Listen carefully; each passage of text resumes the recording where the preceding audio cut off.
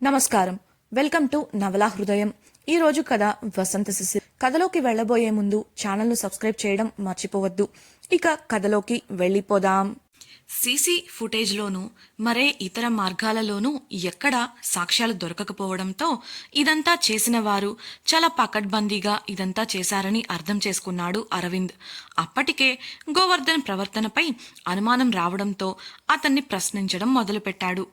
ఏవేవో సమాధానాలుగా ఇచ్చిన గోవర్ధన్ మాటలను అతడికే అరవింద్ తిప్పికొట్టగా అక్కడ అంతా నిశ్శబ్దంగా మారిపోయింది.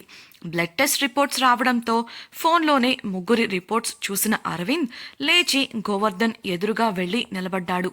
సూటిగా పదునైన చూపుతో అతని కళ్ళల్లోకి చూస్తూ గిఫ్ట్ కవర్పై శిశిర పేరు ఉంటే ఉమను ఎందుకు అరెస్ట్ చేశారు అని ప్రశ్నించడంతో గోవర్ధన్ గొంతు తడి ఆరిపోయింది.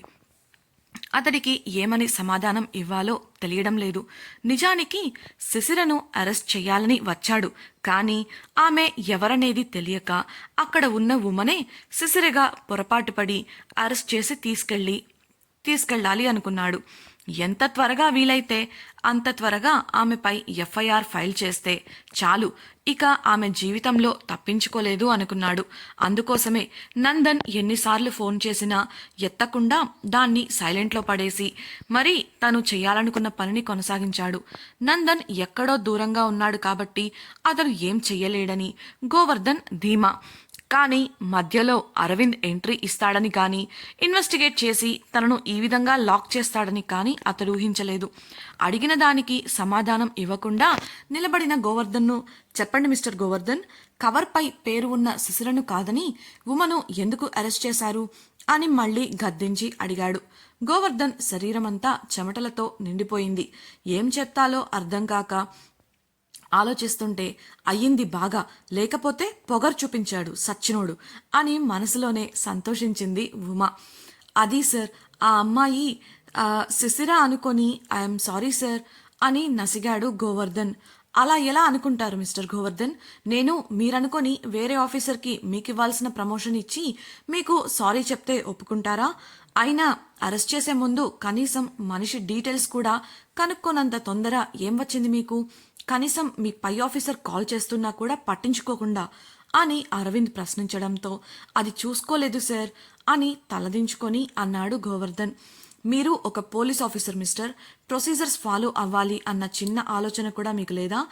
ఇదంతా నాకనవసరం.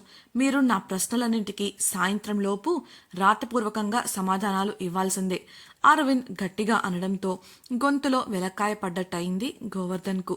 అప్పటికి కాసేపటి ముందు శిశిరను అరెస్ట్ చెయ్యనివ్వకుండా అడ్డుపడతాడేమో అన్న అనుమానంతో అరవింద్ను డిపార్ట్మెంట్ రూల్స్ అని ఆర్డర్స్ అని అడ్డు చెప్పి ఇష్టం వచ్చినట్లు వాగిన తనకు ఇప్పుడు అదే రూల్స్ ప్రొసీజర్స్ గురించి అరవింద్ క్లాస్ పీకడంతో తల కొట్టుకున్నాడు గోవర్ధన్.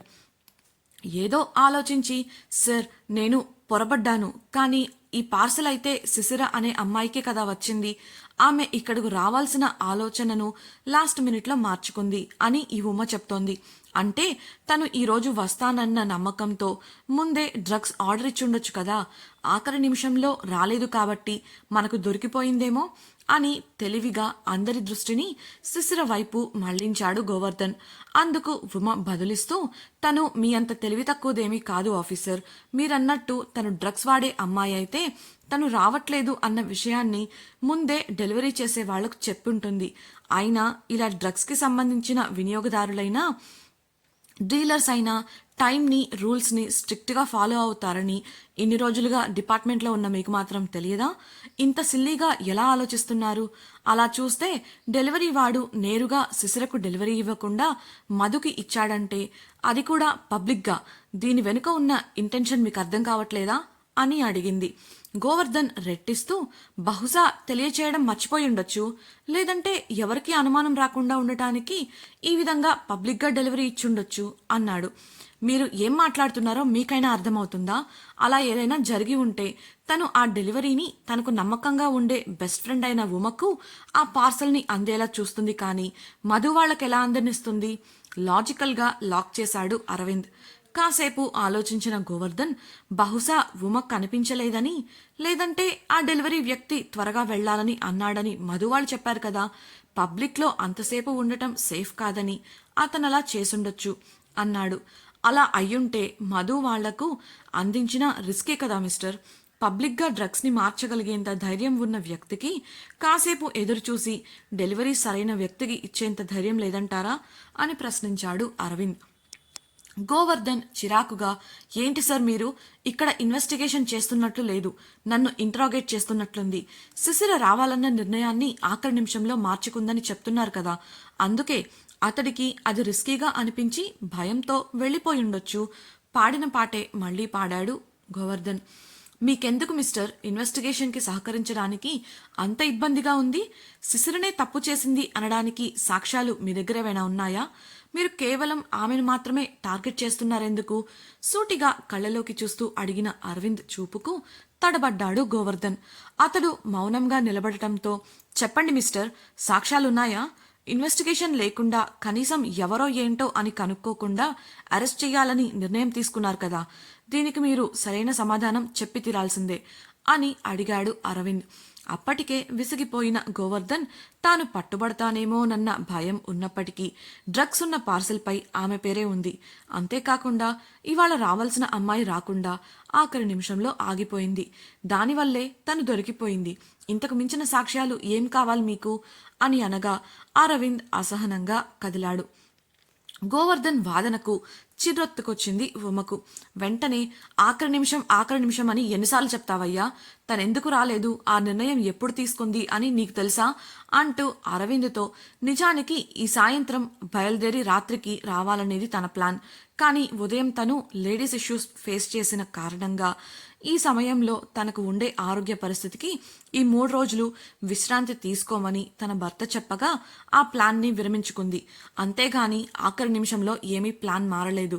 అయినా తను రావాలనుకున్న సమయం సాయంత్రం కాదు, రాత్రి. దాన్ని పట్టుకొని ఎందుకు మీరు ఈ విధంగా తను ఏదో కావాలనే ఈ సమయానికి డెలివరీ ఇవ్వమన్నట్లుగా ఊహిస్తున్నారు? వీళ్ళు అడిగితే సాయంత్రం అని నేనన్నాను. వీళ్ల ద్వారా ఈ విషయం కాలేజ్లో తనంటే గిట్టని వాళ్ళు తెలుసుకున్నారు. అంతేకాని ఎగ్జాక్ట్ టైమింగ్ నాకు తప్ప ఇక్కడ ఎవరికీ తెలీదు. అందుకే వాళ్లకు తెలిసిన వార్త ద్వారా ఇలాంటి పిచ్చి ప్లాన్ వేశారు చచ్చుముఖాలు అంటూ కోపంగా గోవర్ధన్ను చూసింది ఉమ. ఎటు తిప్పినా శిశిరనే దోషి అనేలా వాదించిన గోవర్ధన్కు ఉమ ఈ స్టేట్మెంట్తో ఏమని చెప్పాలో అర్థం కాలేదు. అందరూ తననే చూస్తుండటంతో తడబడి ఎలా అయినా వారి చూపులను తప్పించుకోవాలనుకుంటూ, అలా అయితే స్టేషన్కి కాల్ చేసిన వారు అబద్ధం చెప్పారా? వాళ్ళు చెప్పినట్లే డ్రగ్స్ దొరికాయి. శిశిర అనే పేరు రాసి డ్రగ్స్ బాక్స్ దొరికింది. ఇంకేం కావాలి మీకు?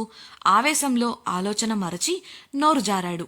దాంతో అరవింద్, అంటే మీకు వచ్చిన కాల్లో ముందే శిశిర పేరు మెన్షన్ అయింది అన్నమాట. నొసలు చిట్లించి అడిగాడు.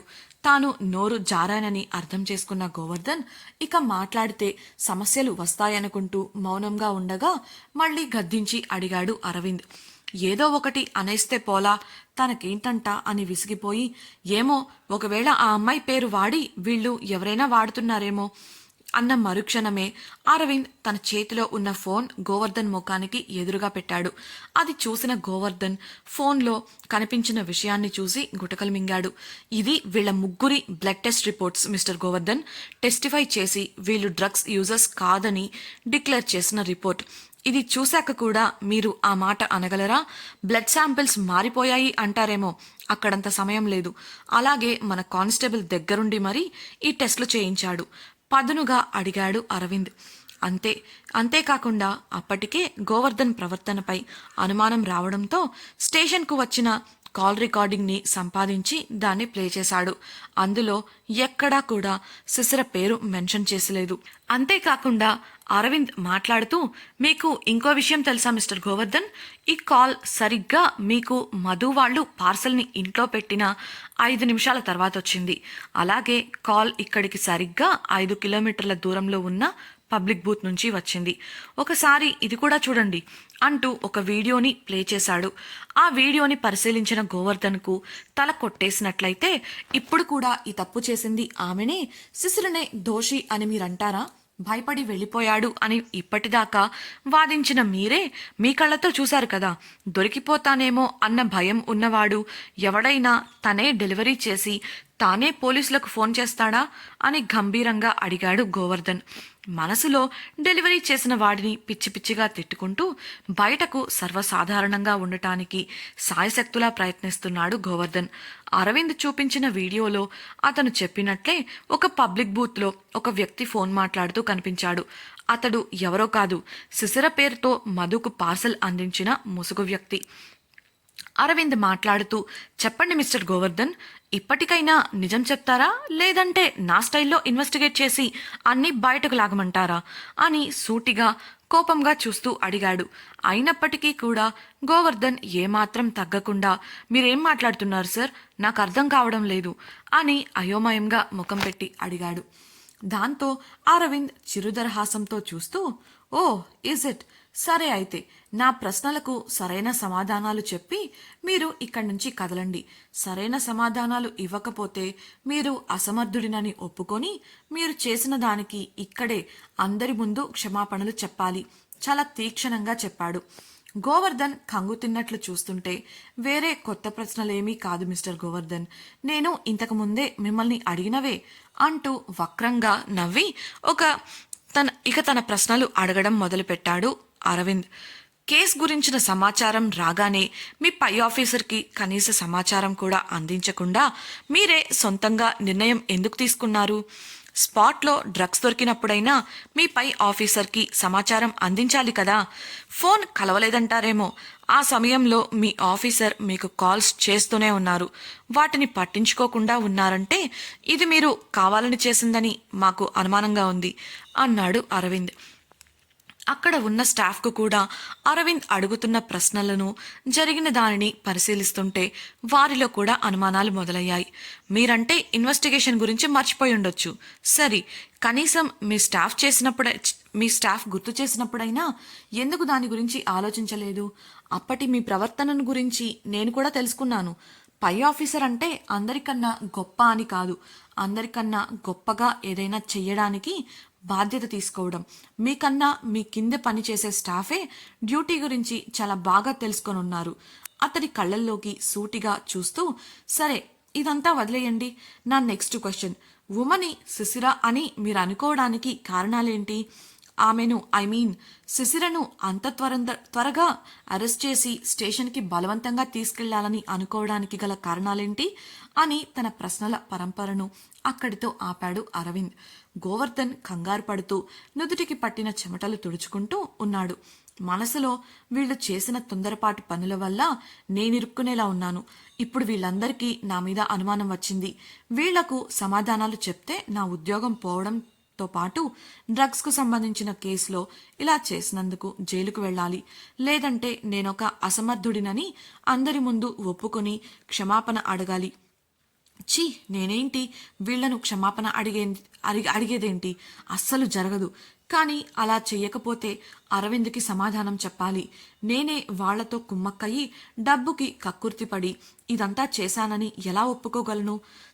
ముందుకు వెడితే నుయ్యి, వెనక్కు వెడితే గొయ్యి, దేవుడా ఏం చెయ్యాలిప్పుడు అని అనుకుంటున్నాడు. ఏం నిర్ణయించుకున్నారు మిస్టర్ గోవర్ధన్ అని అరవింద్ అడగడంతో చివరిగా ఒక నిర్ణయానికి వచ్చి, ఇష్టం లేకపోయినా అడ్డు వచ్చిన అహంకారాన్ని పక్కకు తోసి, ఐఎమ్ సారీ సార్, నేనే పొరపడ్డాను.